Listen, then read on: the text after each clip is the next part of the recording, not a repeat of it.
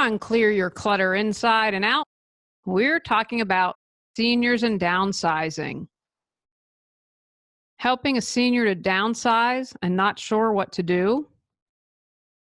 What questions can you ask to help an older person make decisions more easily? Wondering if an estate sale is the right choice?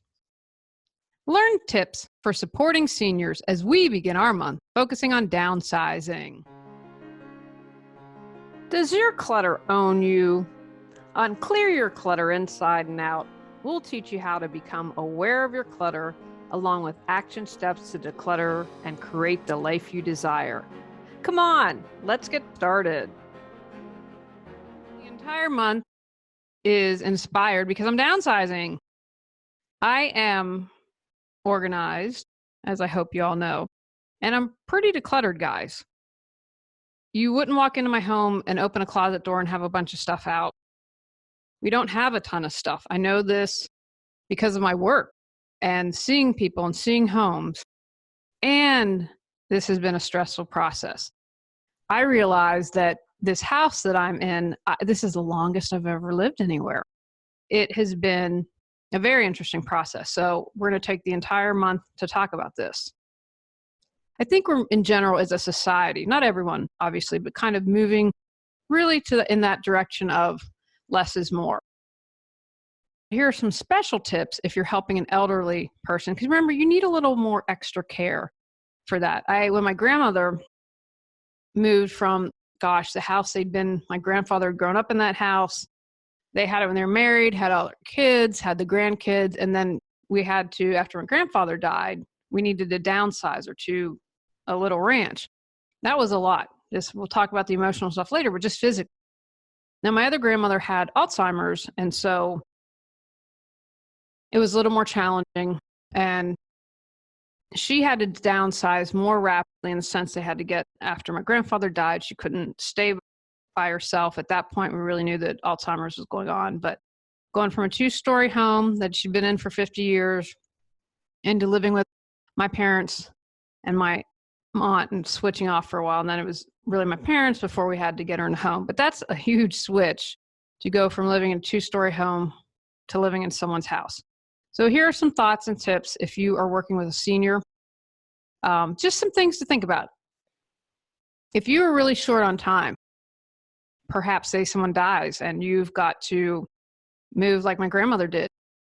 Paperwork can be very time consuming, so you may need to go through that later. And again, usually if it's a filing cabinet, that's something you can get moved easily. So if you are kind of in a hurry, table that for later. Frame decisions as yes/no questions. If you keep something open-ended, it can be stressful. They might feel like they're put on the spot. I know if you ask me an open-ended question, goodness, I don't know how long I'll go on for.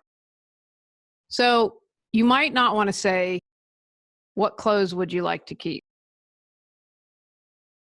If you're looking at wardrobe, for example, and dresses, pare down the options and present something that's easy for them to say yes, no to. So for example, how about we keep your best church dress every day and special occasion? Do you agree? Then they can say yes or no. You have made it a lot more manageable for them. So again, not the open-ended questions, just a yes, no. Because I'll talk about it in a later episode.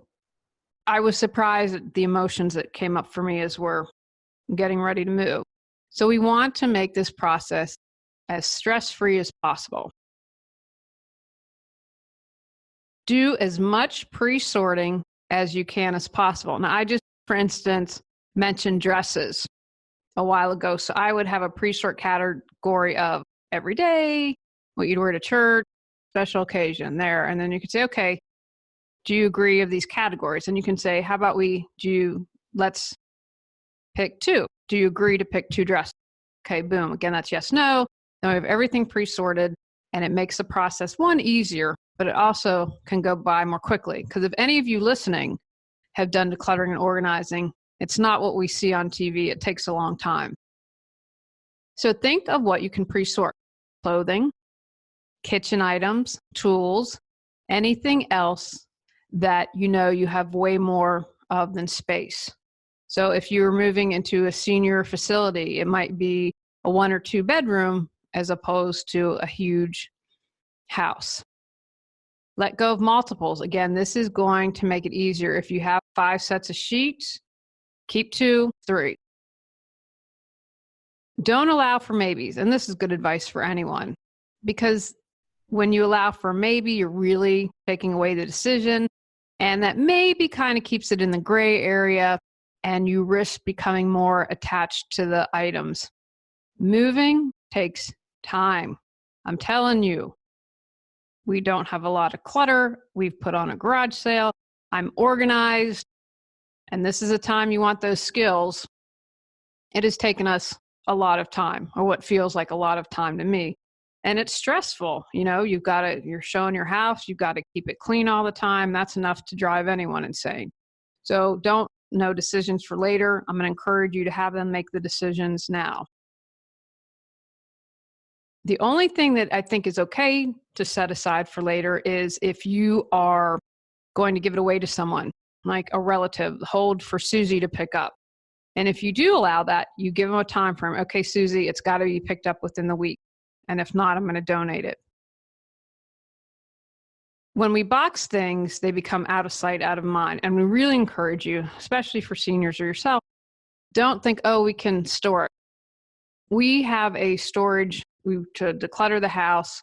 We rented I think a 10 by 10 unit. Like, for instance, we had to get rid of the cat trees.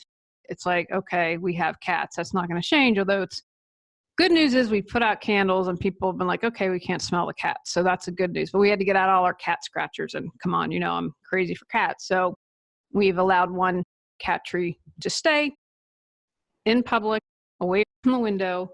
We have other little short scratchy that we move into the garage every time someone comes to look at the house. It's a very exhausting process. So I'm going to encourage you not to get in the habit of getting a rental unit. If something like you're going to sell the house and you need to declutter it, that's fine. But once you're settled in, we're not going to keep the storage unit. And we got a deal, and it's still costing us $74 a month, I think. We had to rent it for a couple months. Again, like, that's a massage right there. So don't get into the mentality of maybe, and then we can put it in storage and make a decision later. Nope. And encourage you, it'll take longer, but to have the senior be decisive. Put the time and the energy and the focus on most used items.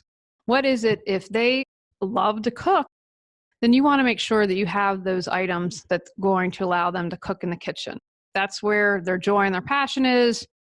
Focus on that. Or if they are an artist, make sure that they have all their art supplies. And what are they going to be doing the most of? Just had a conversation with someone this morning. Her mom is a gardener. And so they got her in a senior facility, but where she could garden. So one of the things that she held on to were her gardening tools. Be patient. Okay, this is really important.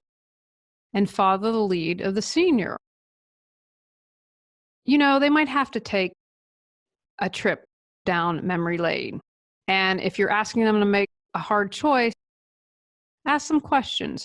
Where it came from? What is the story behind it? When you tell that story and express that, sometimes it makes it easier to release something. And allow them that. Allow yourself that if you ever need to do that when downsizing. Talking about it may help them have a clearer perspective and allow them to be more ready to release it. Just, oh, you know what? Now that I've told you that story about where that came from, that's something I don't need to hold on to. I have Joe's necklace that he gave me, and that means a lot more than this book from when we went traveling. You also are going to have to usually pare down because of space if you have photos or memorabilia or collections. You hopefully will have an idea of your floor plan and where you're moving. Although I have to say, this is a caveat.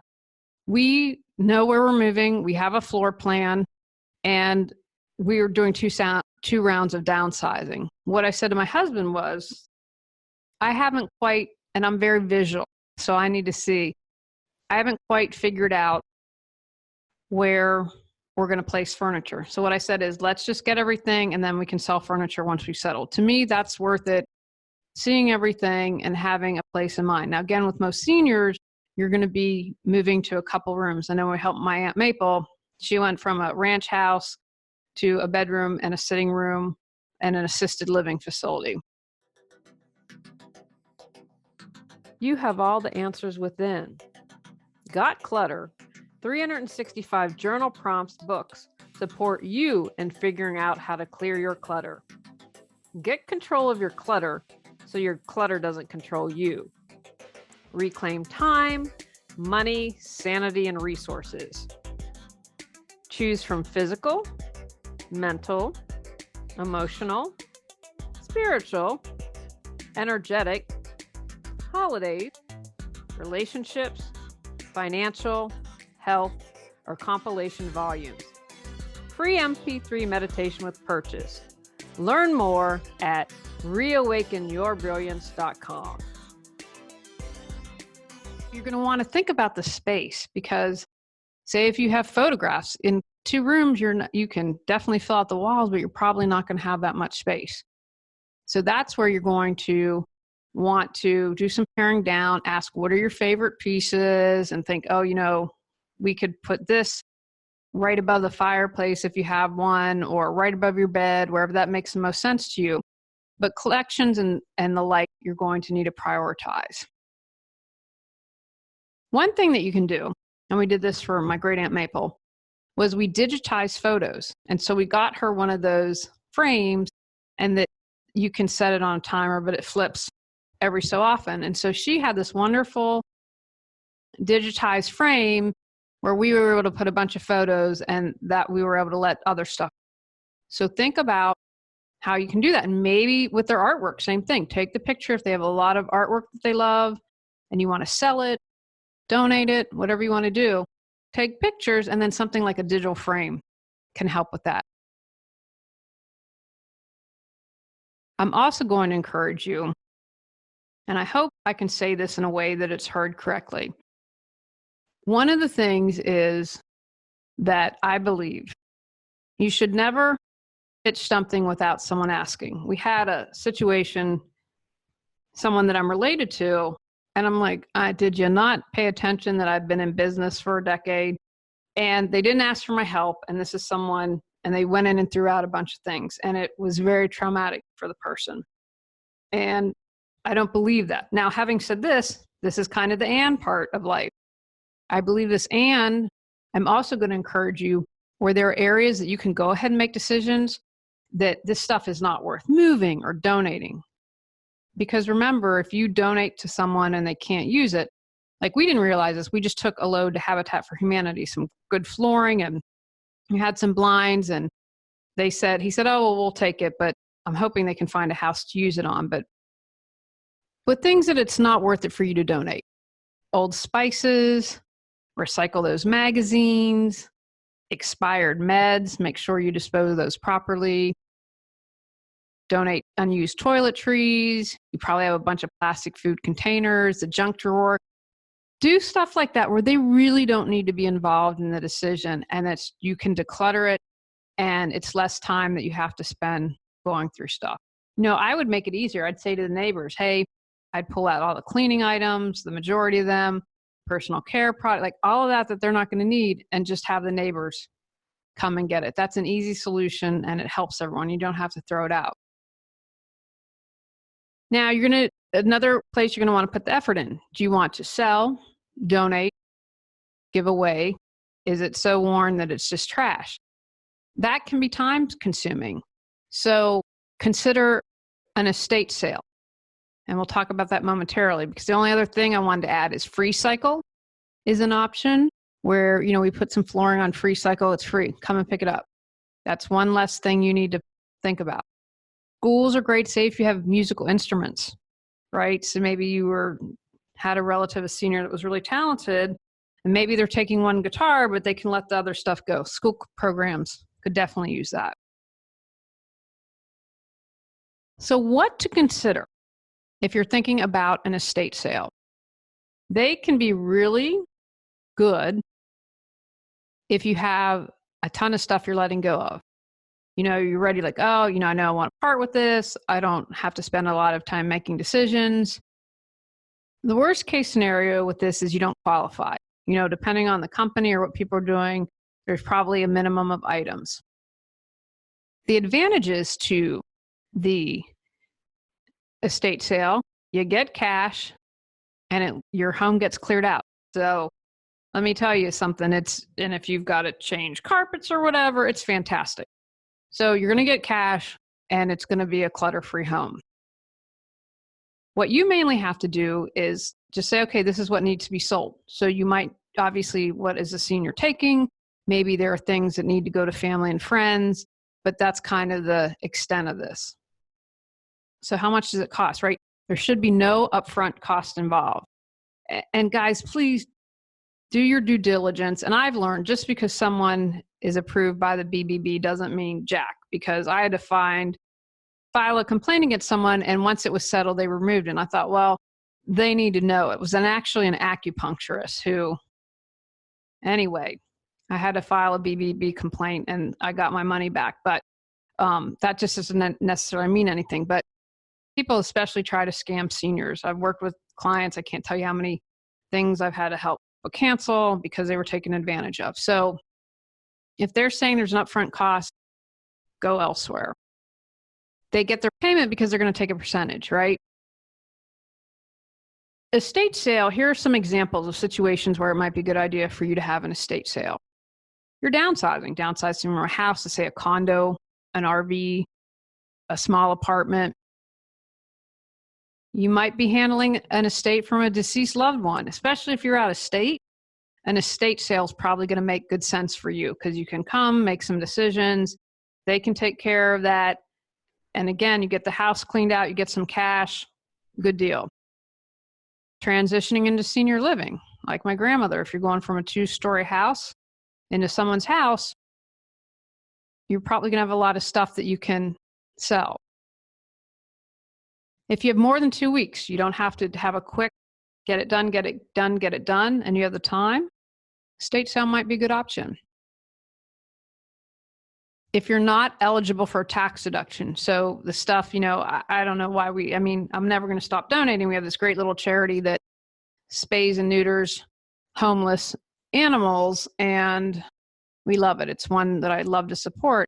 And I'm like, yeah, we can fill out the slip, but we do our taxes and it's kind of pointless. So if you're not going to be able to get a tax discount, then you might want to consider it.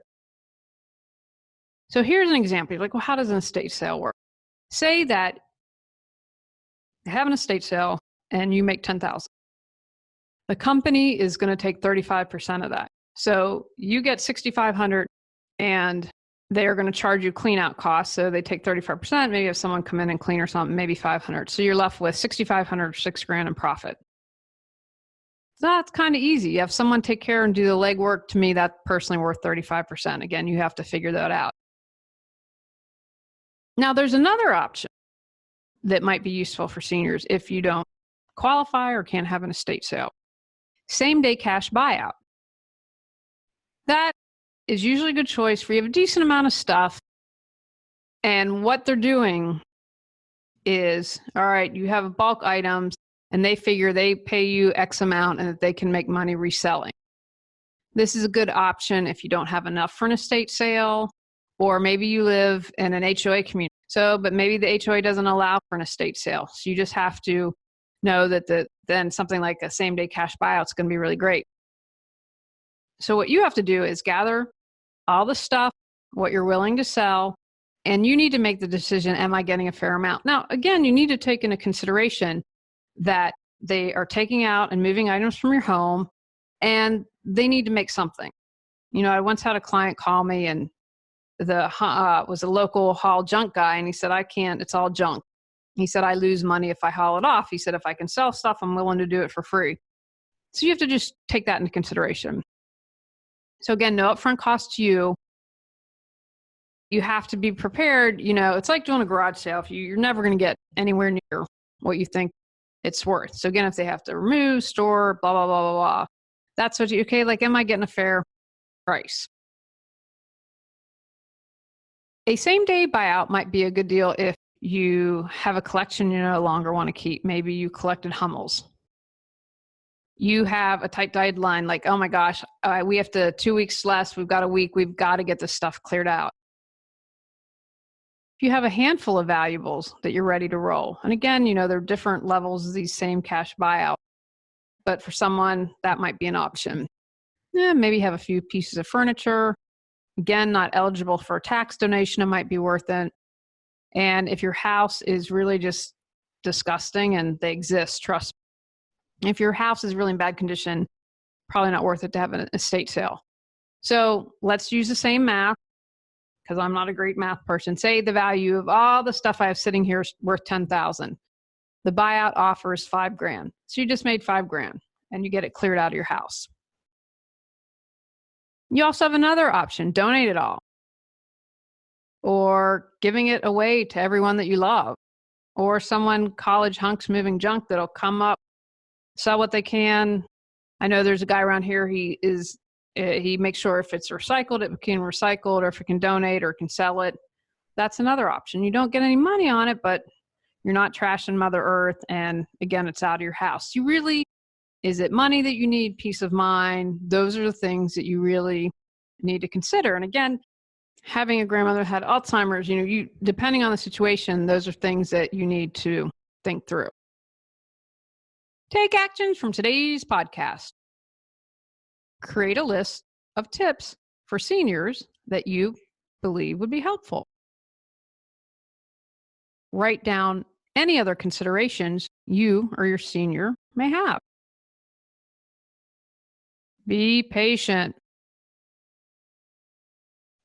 Evaluate whether or not an estate sale or a buyout is an option. Consider donating, hauling off, or giving away items to loved ones. On next month's episode, we're talking about moving tips. Go out, clear your clutter to create the life you choose, deserve, and desire. Clearing your clutter allows you to share your gifts with the world. Get your free self-assessment to discover your clutter priority at reawakenyourbrilliance.com. If you've enjoyed Clear Your Clutter Inside and Out, please rate, review, and share us.